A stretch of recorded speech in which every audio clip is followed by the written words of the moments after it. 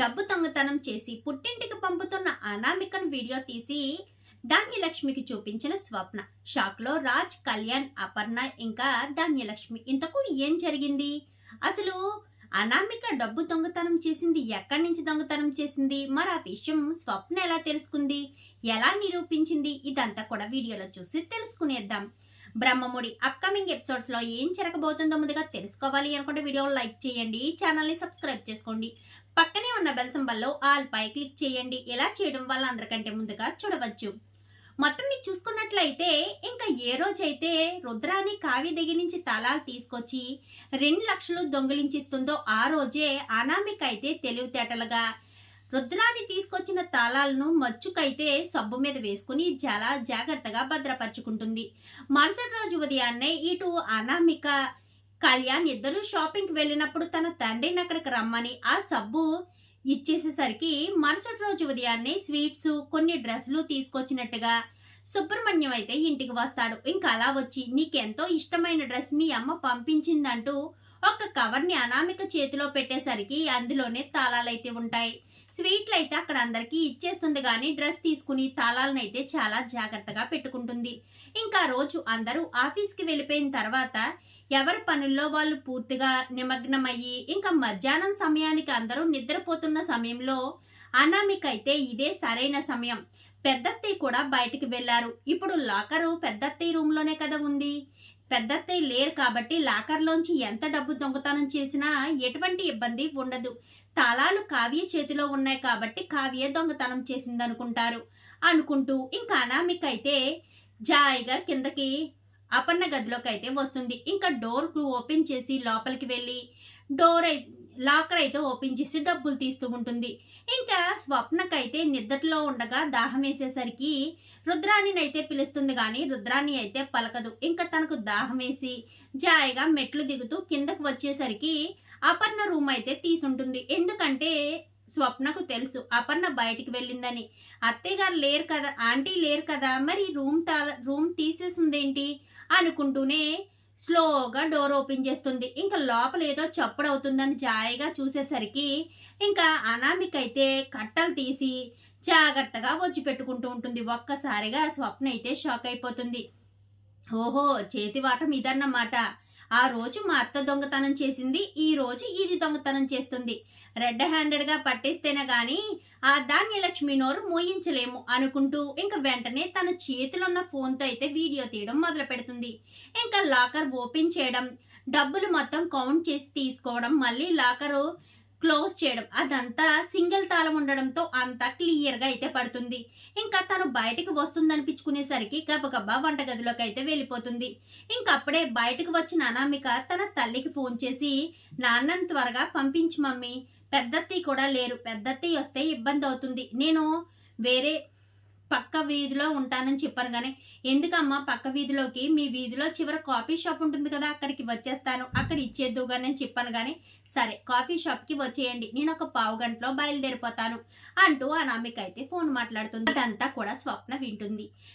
ఓహో, ఏదన్నమాట ప్లానింగ్ అని చెప్పి ఇంకా అనుకుంటూ ఉండగానే అనామిక అయితే గబగబా తన గదిలోకి వెళ్ళి హ్యాండ్ బ్యాగ్లో అయితే డబ్బులు సర్దుకుంటూ ఉంటుంది. ఈ లోపు స్వప్న బయటకు వచ్చి మన వీధి చివరున్న కాఫీ షాప్ దగ్గర డ్రాప్ చేయండి అంటూ డ్రైవర్కి చెప్పడంతో డ్రైవర్ అయితే కాఫీ షాప్ దగ్గర డ్రాప్ చేస్తాడు. అంటే అనామిక వాళ్ళు రాకముందే స్వప్న అయితే కాఫీ షాప్లో వెయిట్ చేస్తూ ఉంటుంది. ఒక మూల అయితే కూర్చుని ఉంటుంది.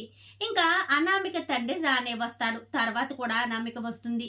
తల్లి తండ్రి ఇద్దరూ రావడంతో ఏంటి మమ్మీ నువ్వు కూడా వచ్చావనగానే మీ నాన్న చేతిలో డబ్బులు పడితే ఎక్కడ పడేస్తాడో ఏంటో భయం కదమ్మా, అందుకని నిన్ను కూడా చూడాలనిపించింది, అందుకే వచ్చానంటూ మాట్లాడేసరికి ఇదిగో మమ్మీ డబ్బులు, ఈ విషయం మాత్రమే ఎవరికీ తెలియకూడదు, చాలా జాగ్రత్తగా అప్పులు మొత్తం తీర్చేసుకోండి, మీకు షాపింగ్లు అంటూ ఖర్చు పెట్టుకోవద్దు, ఈ డబ్బులు తీయడానికి నేను ఎంతో కష్టపడ్డానంటూ ఇంకా అనామిక అయితే మాట్లాడుతూ ఉండేది. ఆ మాటలన్నీ కూడా స్వప్న ఒక మూలను కూర్చుని వీడియో అయితే తీస్తుంది. చక్కగా మొత్తం అంతా వీడియో తీసుకుంటుంది.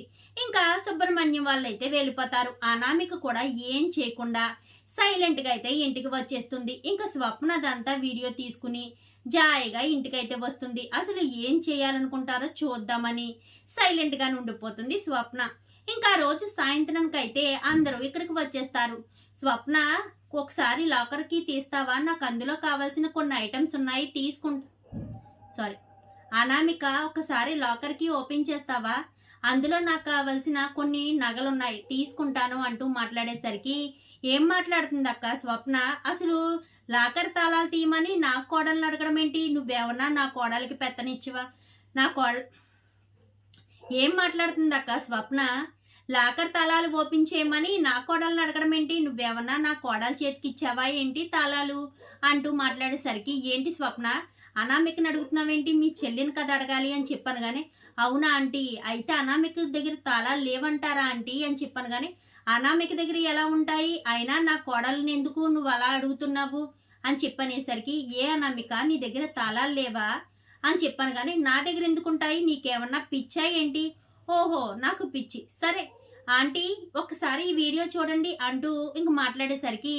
నేను చూడొచ్చా అంటూ అనామిక అయితే పక్కకు వెళ్తుంది. తినబోతూ రుచి ఎందుకు, నువ్వు కొంచెం దూరంగా ఉండు అంటూ స్వప్న చెప్పేసరికి, నేను చూడొచ్చాను కానీ మీరెందుకు చూడకూడదండి, మీరు ఖచ్చితంగా చూసి తీరాలి అంటూ ఇంకా అపర్ణ అయితే స్వప్న అంటుంది, ఆ పెద్దావిడ ఏమి లేచి చూస్తారు, మీరే వెళ్ళి పక్కన కూర్చోండి అని చెప్పాను కానీ, ఒక పక్క ఇంద్రాదేవి మరొక పక్క అపర్ణ మధ్యలో అయితే ధాన్యలక్ష్మి కూర్చుంటారు. ఆ వీడియో మొత్తం చూసి ఒక్కసారిగా ముగ్గురు షాక్ అయిపోతారు. ఎందుకంటే అవి గుత్తు తాళాలు కూడా కాదు, సింగిల్ తాళంతో అదంతా తీయడం. వీడియో ఏంటి ఆగిపోయింది అంటూ మాట్లాడేసరికి, ఎందుకు ఆగిపోద్ది, కాఫీ షాప్లో మొదలవుద్ది చూడండి అని చెప్పాను కానీ, కాఫీ షాప్ ఏంటి అంటూ అనామిక అయితే కంగారు పడుతూ ఉంటుంది.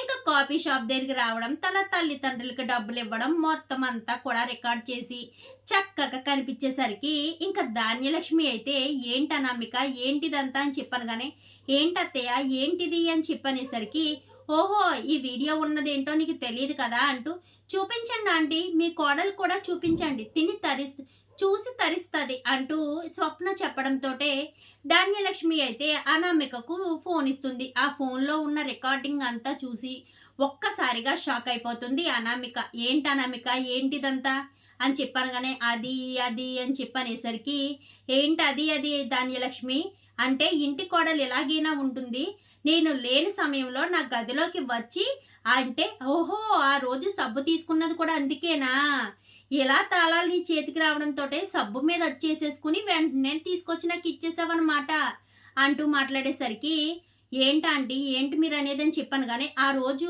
అందరికీ కావాల్సిన వస్తువులు తెప్పించినప్పుడు అనామిక వెళ్ళి గబగబా సబ్బు ఎందుకు తీసుకుందా అనుకున్నాను, ఇప్పుడు అర్థమవుతుంది, సబ్బు మీద అచ్చులు వేసుకుని వాళ్ళ నాన్నకి ఇచ్చి తెప్పించుకుని ఉంటుంది, లేదంటే అనామిక అచ్చులు వేసుకుని ఉంటుంది అంటూ ఇంకా అపర్ణ మాట్లాడేసరికి ధాన్యలక్ష్మికి అయితే కోపం వచ్చి అనామిక చెంప చెల్లుమనిపిస్తుంది. అది కాదు అత్తయ్య అని చెప్పాను కానీ, ఇంకా ఏంటి తప్పు క్లియర్గా కనిపిస్తున్నప్పుడు కూడా నీకులాంటి దాన్ని నమ్మి నిత్యాపల్లాంటి కావ్యం మీద ఎన్నో మాటలన్నాను, ఎన్నో నిందలు వేశాను, నీ గురించి ఆలోచించి కావ్యను నా నుంచి దూరం చేసుకున్నాను అనుకుంటూ ఇంకా ధాన్యలక్ష్మి అయితే చీకొట్టి లోపలికి వెళ్ళిపోతుంది. అది కాదు కళ్యాణ్ అనగానే, క్లియర్గా కనిపిస్తున్నప్పుడు కూడా ఏంటి అనామిక నువ్వు ఇంకా ఏమి నమ్మించే ప్రయత్నం చేస్తావో, నువ్వు ఇలాగే ఉంటావా, నీ బుద్ధే ఇంత, దగ్గరాలింటి ఫ్యామిలీ కోడలు అయ్యావంటే ఎంత ఒబ్బడిగా ఉండాలి, నువ్వు ఇలాంటి దానివని నేను అసలు కల్లో కూడా అనుకోలేదు, ఓహో నీ చేతివాటం ఇదేనన్నమాట అనుకుంటూ ఇంకా కళ్యాణ్ కూడా వెళ్ళిపోతాడు. ఇంకా రుద్రానికైతే, ఆ రోజు నేను అడిగితే ₹1 కూడా వద్దంది, ఇందులో అయితే మొత్తం తీసుకుందా, ఓహో దీని పరిస్థితి ఇది, దీని చేతివాటం ఇదన్నమాట అనుకుంటూ రుద్రాన్ని కూడా అనుకుంటుంది. మరి ఇప్పుడు అనామిక పరిస్థితి ఏంటి, ఇంట్లో వాళ్ళందరికీ అనామిక దొంగతనం చేస్తుందన్న విషయం తెలిసిపోయింది, తన పుట్టింటికి ఇచ్చిందన్న విషయం కూడా తెలిసిపోయింది. ఇక్కడ మీదట ఏం జరిగినా అనామికనని నిందిస్తారా, మరి అనామిక బుద్ధి ఎలాంటిదని తెలిసి కళ్యాణ్ ఇంకా ఇంట్లో వాళ్ళంతా అనామికని ఇంట్లో ఉంచుతారా, లేక ఇంట్లోంచి బయటకు గెంటేస్తారా, మరి తర్వాత అనామిక పరిస్థితి ఏంటి, అనామిక ఎప్పటికైనా మారుతుందా, లేక తన చేతి వాటాన్ని ఇలాగే చూపిస్తుందా, అసలు ఏం జరగబోతుంది అనేది రాబోయే ఎపిసోడ్స్లో చూసి తెలుసుకునేద్దాం.